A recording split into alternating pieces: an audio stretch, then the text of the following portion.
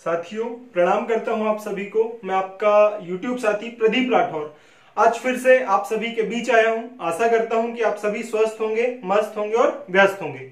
मित्रों, जैसा कि हम सभी जानते हैं कि कई बार हमारी लाइफ में ऐसी समस्याएं आती है, ऐसी चुनौतियां आती है, ऐसी चीजों का सामना करना पड़ता है, तब हमें लगता है कि यार सारे दुख तकलीफ हमारी ही जिंदगी में है, हमारे को छोड़ दिया जाए तो बाकी पूरी दुनिया सुखी है।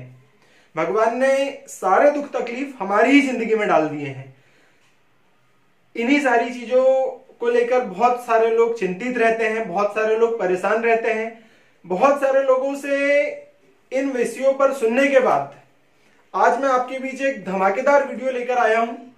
आशा करता हूं कि मेरा यह वीडियो आपको बहुत ज्यादा पसंद आएगा। अगर मेरा यह वीडियो आपको पसंद आता है तो मेरे YouTube चैनल को लाइक, सब्सक्राइब और शेयर जरूर कीजिएगा। मित्रों, आज की मेरी स्टोरी का शीर्षक है दूसरों से अपनी तुलना ना करें, आप जैसे भी हैं दूसरों से श्रेष्ठ हैं। जी हाँ, दूसरों से अपनी तुलना न करें, आप जैसे भी हैं दूसरों से श्रेष्ठ हैं। मित्रों, एक समय की बात है, एक घने जंगल में एक पेड़ की डाल पर एक कौवा बेचारा आंसू टपका रहा था। अब बहुत दिन हो जाते हैं उसको आंसू टपकाते टपकाते, बहुत दुखी रहता है। क्या होता है कि वहां से एक साधु गुजर रहे होते हैं। देखते हैं कि यार ये कौवा कल भी यहीं बैठा हुआ था, आज भी यहीं बैठा हुआ है, बहुत दिनों से यहीं बैठा हुआ है। तो एक दिन वो साधु उस कौवे से पूछते हैं कि आपको क्या प्रॉब्लम है। तो कौवा बोलता है, प्रॉब्लम? मेरी जिंदगी में प्रॉब्लम ही प्रॉब्लम है। ये कोई कलर दिया, काला का काला, मेरी कोई आवाज दी, मेरे को लोग सुनना पसंद नहीं करते, मेरे को लोग अपने घर के आसपास रखना पसंद नहीं करते, साल में एक बार मुझे याद किया जाता है पितृ का खाना खिलाने के लिए, वो भी मतलब मरे हुए का खाना खिलाने के लिए, और वो भी खाना खिलाने के बाद भगाते हैं मार के कि भागो भागो भागो भागो। ये भी कोई जिंदगी है? बहुत निराश हूं मैं ऐसी जिंदगी से। ऐसी जिंदगी होने से तो मर जाना बेहतर है।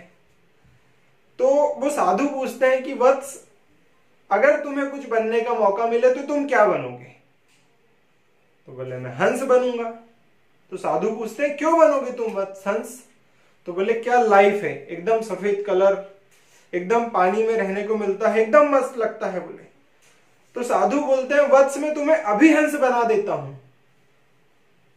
मेरे पास ऐसी शक्तियां हैं, मैं तुम्हें अभी हंस बना देता हूं, लेकिन मेरी एक शर्त है कि एक बार तुम पहले हंस से मिलकर आ जाओ। कौवा बोलता है, ये भी ठीक है, मैं आ जाता हूं मिलकर। अब कौवा जाता है हंस के पास। ओए होए होए होए, हंस कितने खूबसूरत लगते हो, क्या सफेद सफेद कलर है, ऐसा वैसा खूब सारी बातें बोलता है। तो हंस एकदम फिर उसको गुस्से से देखता है। कौन बोला रे तेरे को? कौन बोला तेरे को कि मैं बहुत खूबसूरत हूं? मेरी भी कोई जिंदगी है, पानी पर रहना पड़ता है, पता ही नहीं चलता कि पानी में तैर रही हूं कि चल रही हूं। लोग मेरी फोटो खींचते हैं तो मेरे को यही पता नहीं चलता कि पानी की फोटो खींच रहे कि मेरी फोटो खींच रहे। और ये भी कोई कलर है? बोले, मेरा व्हाइट, मरने के बाद का जो कलर साड़ी का होता है, व्हाइट व्हाइट वाला कलर। मैं बहुत निराश हूं मेरी जिंदगी से। अब फिर समस्या आ जाती है। बोले, चलो एक काम करते हैं, दोनों साधु के पास चलते हैं। फिर वो दोनों साधु के पास आते हैं। अब साधु के पास आते हैं तो फिर वही होता है, हंस अपनी व्यथा सुनाती है।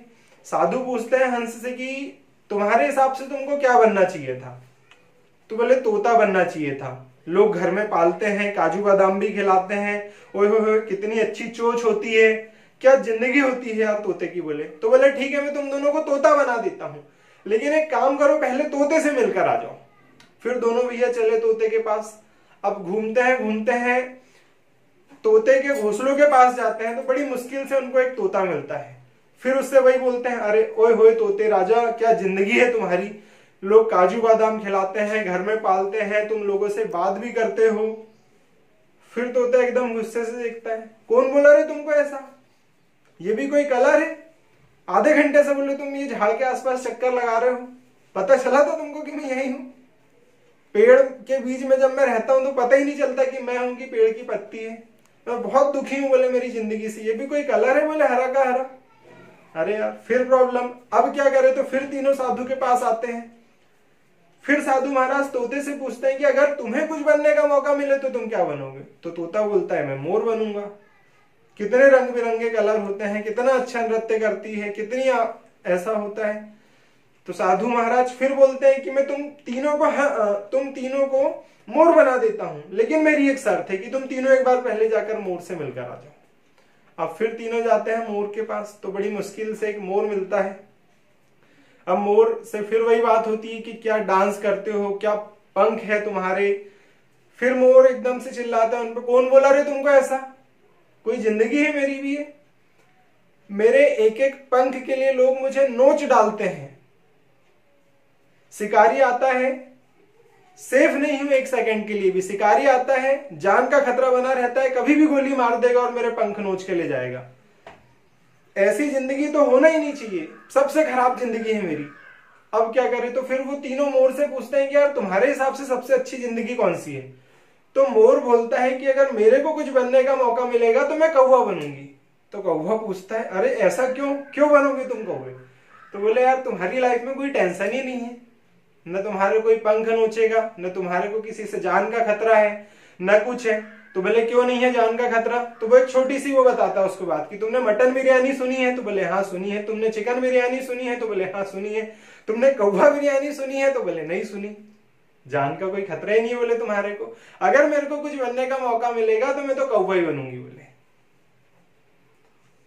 ठीक है भाई, मोर से मिलकर के सब साधु के पास जाते हैं और साधु महाराज से बोलते हैं कि महाराज हम समझ चुके हैं कि हम जो हैं श्रेष्ठ हैं, मतलब सुखी हैं हम अपनी लाइफ में, हमारे से ज्यादा सुखी कोई नहीं है। और इस प्रकार से सब अपने अपने रास्ते चले जाते हैं। मित्रों, इस स्टोरी को बताने का मेरा उद्देश्य यह था। कई बार हमारी भगवान से बहुत सारी शिकायतें होती है कि यार हम तो बहुत गरीब है, हमारे पास कुछ नहीं है, हम तो लाइफ में बहुत स्ट्रगल कर रहे हैं, हमारी भगवान सहायता नहीं कर रहा है, हम कुछ कर ही नहीं पा रहे हैं। मित्रों, आप जैसे भी हैं श्रेष्ठ हैं, आप भगवान की श्रेष्ठ रचना है। भगवान ने आपको कुछ अच्छा करने के लिए बनाया है। चुनौतियां सबकी लाइफ में आती है, संघर्ष सबकी लाइफ में आता है। कृपया हमेशा सकारात्मक रहें, अपना नजरिया सकारात्मक रखें और जीवन पथ पर आगे बढ़ें। एक नई स्टोरी के साथ कल फिर आप सभी से मुलाकात होगी। तब तक के लिए जय हिंद।